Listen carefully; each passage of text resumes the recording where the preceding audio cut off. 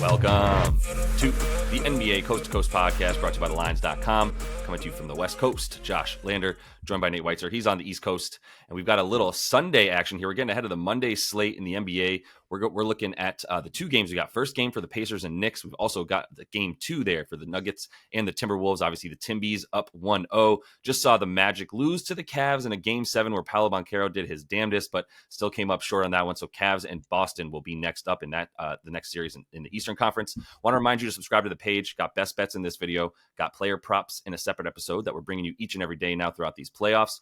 Also want you to head to thelines.com and use everything we have up on the site right now. Plenty of great content as we're also looking at series prices. I know in a couple articles up on thelines.com. So definitely head over there. But for now, Nate, let's jump right into this Knicks and Pacers series. Yeah, I'm thinking under, brother. It's still 217.5. Just double checking. That's the total we get for game 1 here. And look, the Knicks are just not going to allow the Pacers to run like that. Like, you're not just going to get up and down the court. So I like that as a core bet. And then Knicks money line to parlay with it, plus 160. Put a half unit on that as well. Because if the Knicks don't allow the Pacers to run, it seems like they'll control this game and they'll take game 1, much similar to what we saw the Bucks do with an inferior roster all around, inferior coaching, and just kind of bully this Pacers team in game 1. Like, yeah, welcome to the playoffs, kids. And I mean, that whole theory is why the Knicks are taking on tons of money and why they've become like minus 250 in this series. It's just like, look, the Pacers do not have the physicality to keep this team off the boards, to bang with them in the half court, in slowed down games. They just beat a completely wounded Duck that was missing its top 2 players, and its third best player got injured as well. So not a lot of buyers here for the Pacers, but at least for the first game here, I mean, I'm just looking for that Knicks transition defense to be solid. It was solid in round 1 against Tyrese Maxey and company. Also allowed the fewest paint points. Their defensive approach, where they weren't that great against the 3 and allowed a ton of free throws, I mean, that's just all Joel Embiid. Like, they will adjust. They have plenty of time for Tibbs to look at their opponent now and limit this team, the Pacers. And the Pacers, I think, are in position to limit them as well. I mean, they had been really good since the trade deadline, since they kind of reshaped their team, limiting threes. The Knicks were second behind Boston in terms of the percentage of their points off threes. They were not shooting particularly well at home in round 1. I mean, they score less at home since the All-Star break, and they depend on the mid-range. They depend on these when I talk about like banging the paint. I mean, Indy showed the ability to just like shut that off when the Bucks were just trying to feed Portis and Brolo, right? I mean, they're like, if this is all you're bringing to the table, like, we understand how to collapse on that and make that difficult. They're very tough on point guards. I know Brunson went off for 40 in both of these February meetings, and he might do that again. But I mean, one of these meetings is irrelevant because Taj Gibson started for the injured Knicks as they were crawling to the All-Star break. And the previous one, I mean, they actually did win with an under here, 214 total. Hartenstein was great, and I like Hartenstein's props here. I like him to play a lot more than Mitch Rob in this matchup. And I love the fact that OG is going to be on Siakam, right? I mean, Halliburton, not aggressive in that first series, didn't shoot well at all, 34 and 27% on pull-ups. So, I mean, if they're going to depend on Siakam creating all their offense against OG, maybe the best matchup for him, somebody who has practiced with him for half a decade now and knows exactly what he likes to do. I like the Knicks' ability to defend here and then just control the game that way. I think I do too. Yeah, I mean, I feel like I'm trying to stick to player props a bit more with this Knicks series because my heart is very much in it, and I hate the Pacers more than I used to even hate the Heat. So just take all that into consideration. But the total is actually confusing to me more than anything because you've got the right second fastest team versus the slowest. So it's going to be like, well, who's going to will this to their style of play as the series wears on? I think game 1 is a Knicks game, though. Like, I just think with the Garden behind them, like, yes, I could see the Pacers trying to come out and punch them in the mouth in the first quarter. I wouldn't necessarily feel like the Knicks are just going to use the Garden momentum in the first quarter, but I think that throughout the course of a game that they're going to even if it's slowly, definitely, surely bend this game to their will. And these two things are correlated incredibly with the under and the Knicks money line. I would fully agree with that. I mean, they showed an ability to win a higher scoring game in one of those versus the Pacers this season with the 227 total, which is still, just 10 points higher than what this total is at. And so I think with this style of play for them, which is really like on offense more than anything, like we're going to grind you down, and you might have to start blitzing Jalen Brunson, because I don't think they're going to start by they showed that they didn't blitz Dame in the opener of that series or the game 2 even of the last series. So I mean, I don't think they're going to do it to Jalen Brunson, but at this point, Jalen Brunson, better point guard than Dame Lillard. So I don't know if they're going to wait till game 2 or not, but I think either way, it leads towards an under to at least start this series. So I'm going to go with the Knicks money line in a parlay here. And it's, -6, because it's about -230, I think is the best price you're going to find for their money line by itself. But I'm adding it to Jalen. This is pretty conservative. Jalen Brunson, 25 plus points. I have zero qualms with someone raising that to 30 plus points. And then Jalen also 10.5 assists under. That's an alt under for his assists. It's at 8.5. Has already been bet down from 9.5. And I'll just start with the under for assists. It's all correlated here, man. It's the Pacers defense. We've talked about this throughout the season, right? The Pacers defense and Rick Carlisle since forever will not be blitzing the best player on the other team until maybe they force him to. So at some point, we might see that from Jalen Brunson. We saw it when Dame dropped 35 in one half. The second half, they came back and obviously forced the ball out of his hands a lot more. It's actually just going to be harder, though, because as you mentioned with the coaching, like Tibbs has this offense in a way that it's a machine that can really penetrate any defense at this point with the way that they run that pick and roll. And they have guys that are just crashing to the rim, or a couple of spot up shooters as well. And that's going to be tough for the Pacers to guard, but they do limit assists, and they're not going to be running that blitz at first. So the assists, the reason they're number 1 or number 2 in the NBA overall this season, they limited teams to the 4th fewest assists. And it's in part because they're the number 1 team at limiting spot up points and shooters who are going to be standing there ready to catch and shoot, or take one dribble to the side and shoot, which is still a spot up.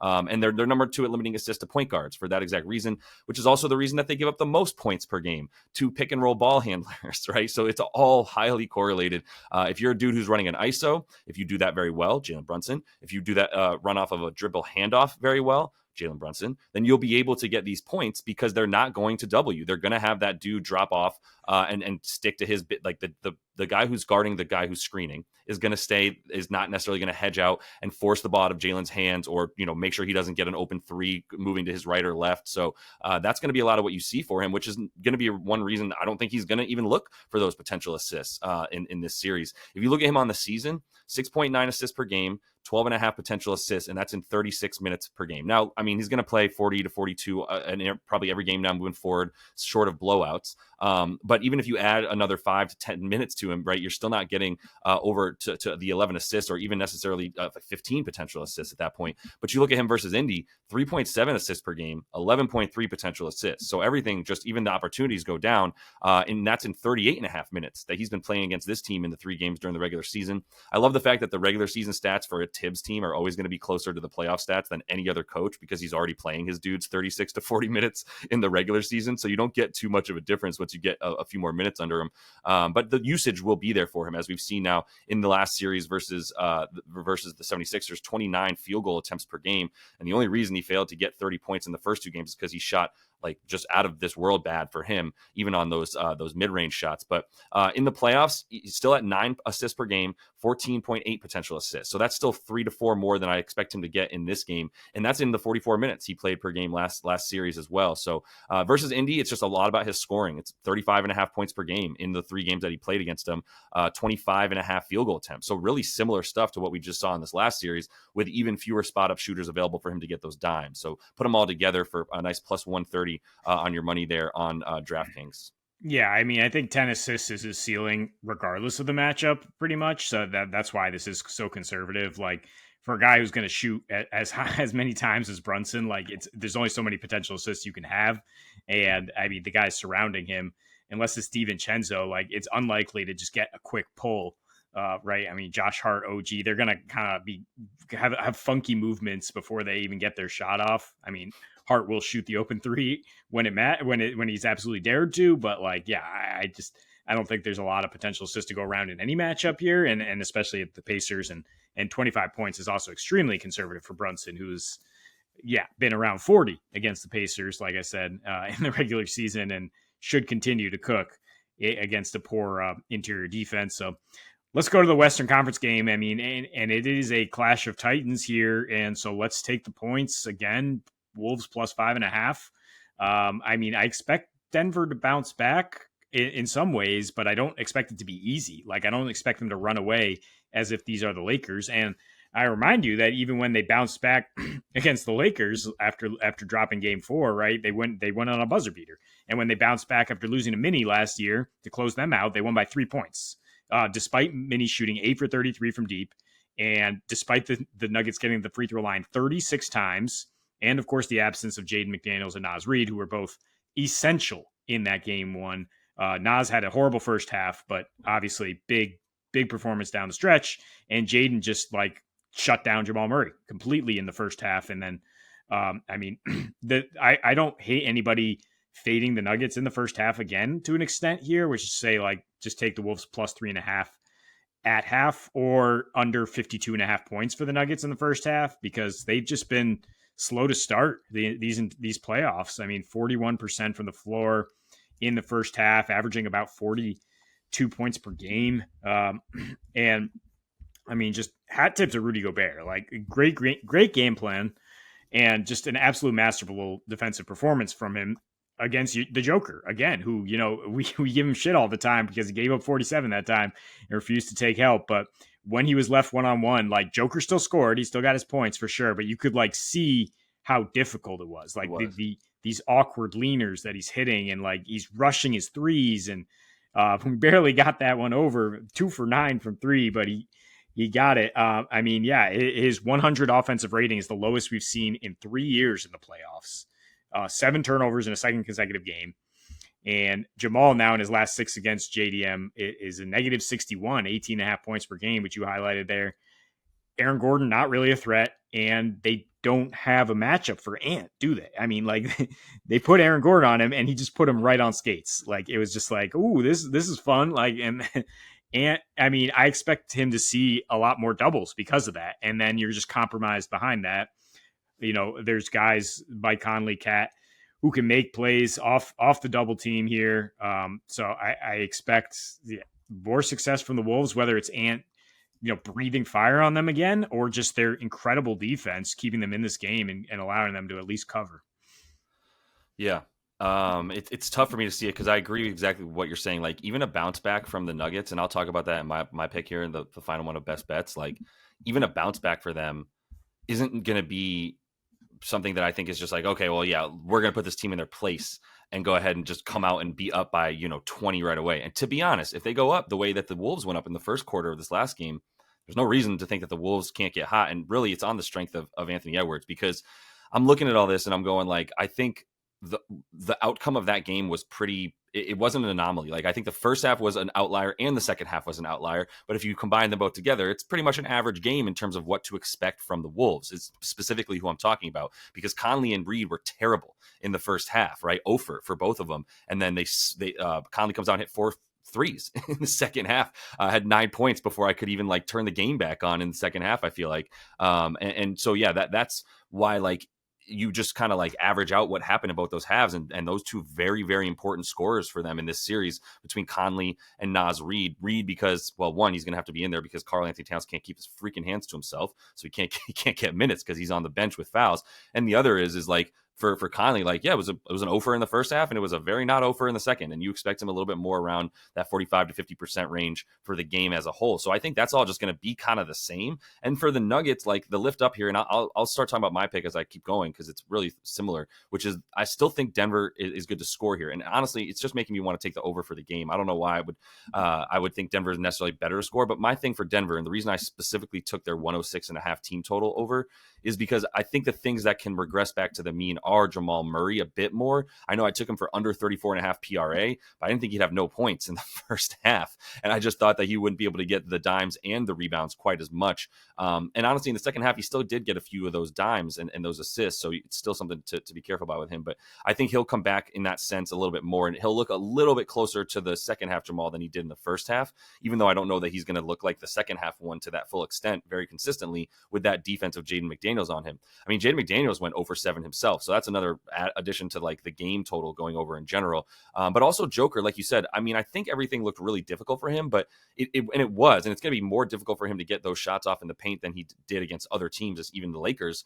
But like the idea that he's going to go 11 for 25 when the majority of his shots are within, so close to the rim, like he just missed a lot of stuff right outside the restricted area. Only 1 for 4 in the paint, non-restricted area, 8 for 12 in the paint restricted area. But that's actually also, I mean, a little bit under what you would expect when he's right next to the rim like that, as he's obviously able to finish most of that stuff over pretty much anybody. And he still just put Rudy under the basket whenever he wanted to. So I would expect that to continue. I mean, he shot from the paint 56% overall, and he was 67% during the season. So he was 9 of 16 in the paint this game on the season versus Minnesota specifically, rather 9.3 for 13.8. So like took a lot fewer shots to make his 9 field goals during the regular season. I still think that comes back to what you see in this game for him and the points in the paint in general. Now, I know that the Wolves are very good at defending it, but everything else went well for them. The bench hit their shots, 15 points on decent shooting. Most importantly, 3 of 6 from deep, 6 of 13 from the field as a group. Like you'll take that from Peyton Watson, Christian Brown, Reggie Jackson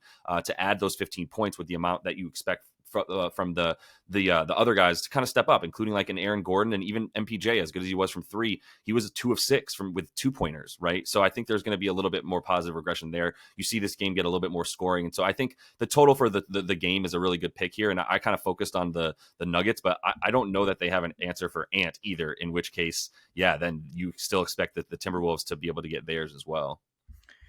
Yeah, I mean, if you wait on this, maybe the total for the game will go down because it was such a popular under in game 1, and it did just barely hit, despite some craziness down the stretch. And basically, if Aaron Gordon attacks the rim, gets a layup down the stretch, the under would not have hit, and the Nuggets would have decided to keep fouling and would have gone quite comfortably over.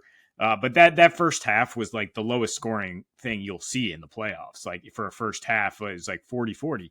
And it still almost goes over this total, which is now a little bit lower. And yes, I agree that the Joker, I don't mean to suggest that Rudy is so good that he's shutting him down. He's just making it tough for him. And the Wolves have made it very tough for him to assist all season.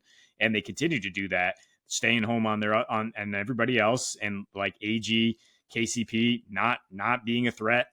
So I think that's why I think the Wolves will be in the game, but I think the Nuggets championship medal will show enough for them to certainly get over 100 points this time around and carry the game total. Yep.